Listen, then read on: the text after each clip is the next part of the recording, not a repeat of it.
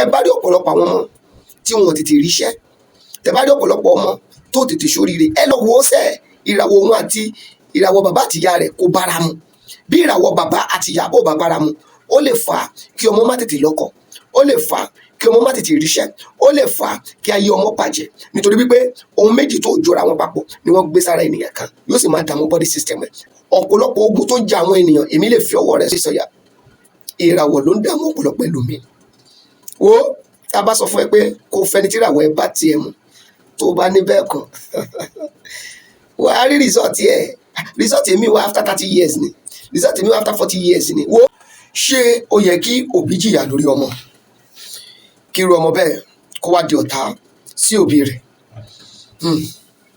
Ṣó yẹ kí òbí kó rán ọmọ lọ sílé ìwé lọ́jọ́ jíjẹ lọ́jọ́ àìjẹ, kí irú òbí bẹ́ẹ̀ lọ́jọ́ kó yáwó nápò, kó yáwó báǹkì, kí wọ́n fi wá gbogbo ọ̀nà láti fi sanwó ilé ìwé rẹ̀, ìmí ìkọ́ran lọ sílùú òyìnbó, kí irú ọmọ bẹ́ẹ̀ wá ṣoríire kó wá di ọ̀tá sí òbí rẹ̀? Ọ̀pọ̀lọpọ̀ ọmọ ló ti di ọ̀tá sí àwọn òbí wọn. Ọ̀dẹ̀ sún méjì mẹ́ta tó fà á, ìràwọ̀ ni. Àṣírí ìràwọ̀ lórúkọ tèmi. Àṣírí ohun tó so sábẹ́ ìràwọ̀, òun ni Ọlọ́run bá fún èmi lórí ọ̀fẹ́ láti máa tú.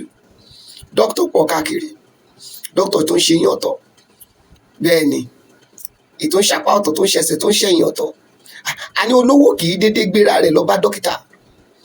Bí eyín bá ń dun olówó, olówó á wá dentist lọ, ṣùgbọ́n bí eyín bá ń dun tálákà, tálákà á wá àwọn chemist tó wà ládùúgbò wọn lọ, àṣà wa nọ́ọ̀sì kan, àṣà at the end of the day wọn ò ní fún ní the right treatment. Bí ọ̀rọ̀ bá ta kókó lórí ìràwọ̀, àwọn tó mọ̀ nípa ìràwọ̀ ló yẹ kẹ́ ẹ lọ bá. Àṣírí ìràwọ̀ lórúkọ tèmi, a máa tú ni. Bẹ́ẹ̀ ni ó gbẹ̀yìn followers ẹ̀ ṣe, nọ́mbà mi ò yípo padà 08054 353629, ẹ WhatsApp ẹ̀ bọ́rọ̀ bá ta.